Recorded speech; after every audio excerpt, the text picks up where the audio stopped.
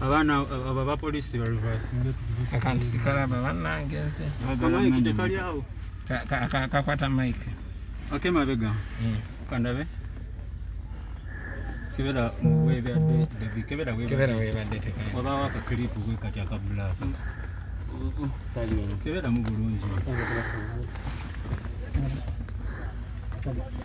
kaliwo giteke just munsawo mukasi munsawo awali munsawo yo eya sati munsawo eya sati giteke munsawo eya sati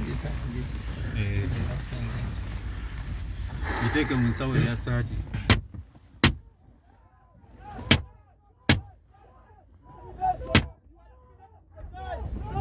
filming him.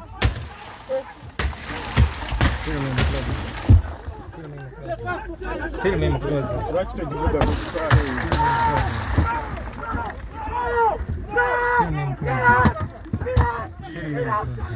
Jesus. This is what the police is doing. Jesus. This is what the police is doing. I cover this in the precious blood of Jesus. We won't be violent. Don't be violent. We will not be violent.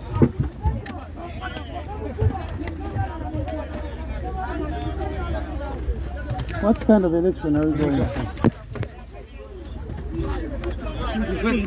I'm a journalist. There's nothing you're going to do to me.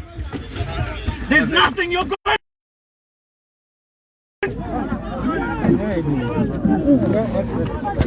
Look at this man.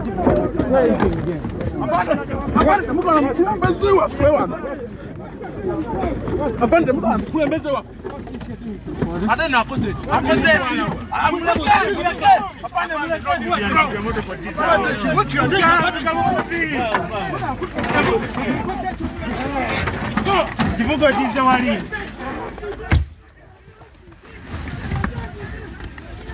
Oh, is it the one down there? I want to go out. Is it the one there? I want to go out.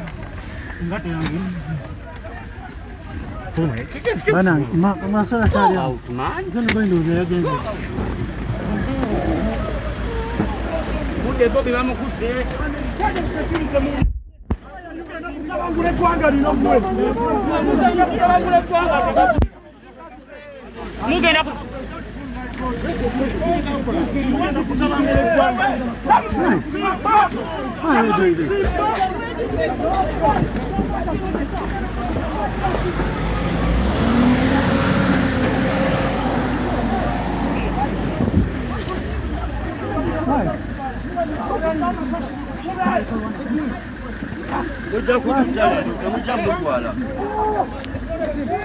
What wrong has he done?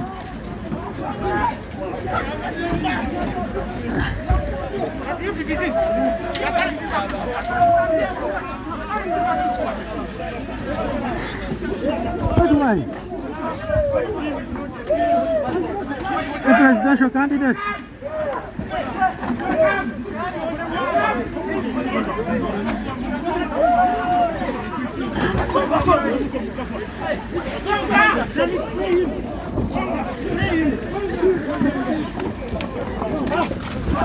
What?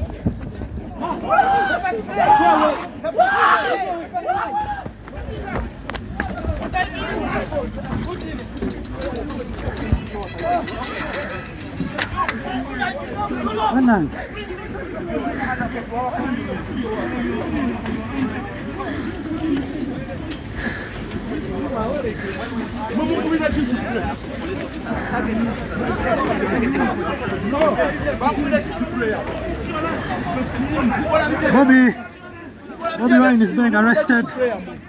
Honorable Kyagulanyi has been arrested violently, very, very violently. We don't know where they are taking him. He has been arrested violently and thrown into a truck.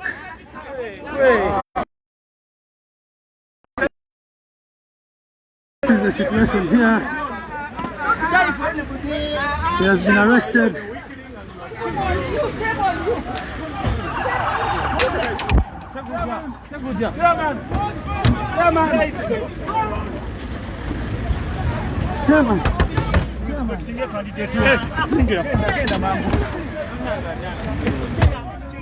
Mulindeko tuitawa mulindeko. Nyansi. Tukizene wakabaka. Edi jangu yingira mu motoka. Military police. Nyanzi bukira. Atule. Yingira jangu. Nyanzi osala n'obuukamu n'ogende mabega. Yingira. Genda. What you are doing is wrong. Mutiri Bobi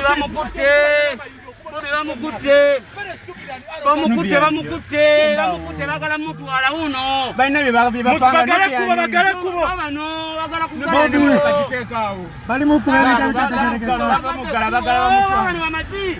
Babano. Kale bisajja biswaza. Bano lwaki bakoze eki? Bobi bamukute. Motoka etali yaffe nga tumanyi bakone bukoni. Bamukute. Kapani kabone muganda wange. Kama wakati mkuu uli wa polisi wamaziwa wakatuma njia umanyika. Chairman ya TTT. Chairman toti amani. TTT wakabaka mwene wakule chambo kwa furu.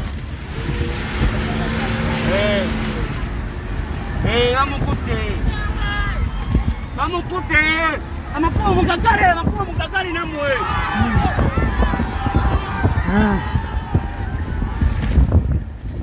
Boy buliji mujigale bulije galibwe.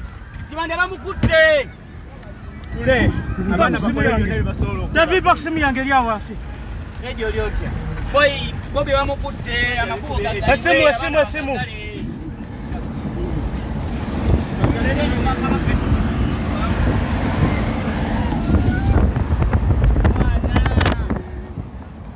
Chairman leka kutuki amani.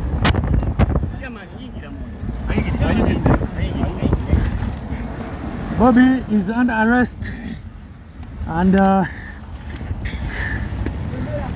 right after nominations. His car has been broken into, you can see. Out a wheel spanner. They are firing tear gas.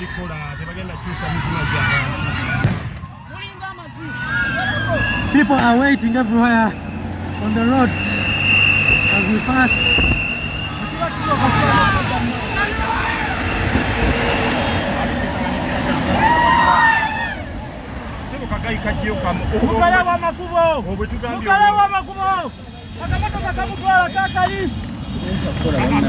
Chairman, gende mabegeyo.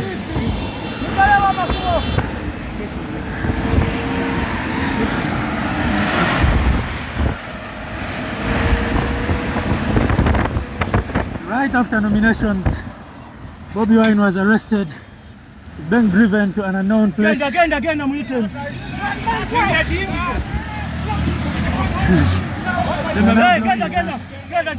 Genda. Dema bega.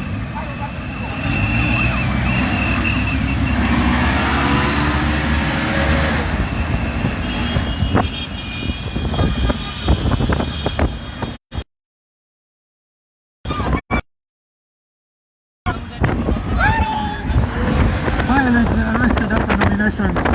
Museveni tried everything to prevent him from a nomination.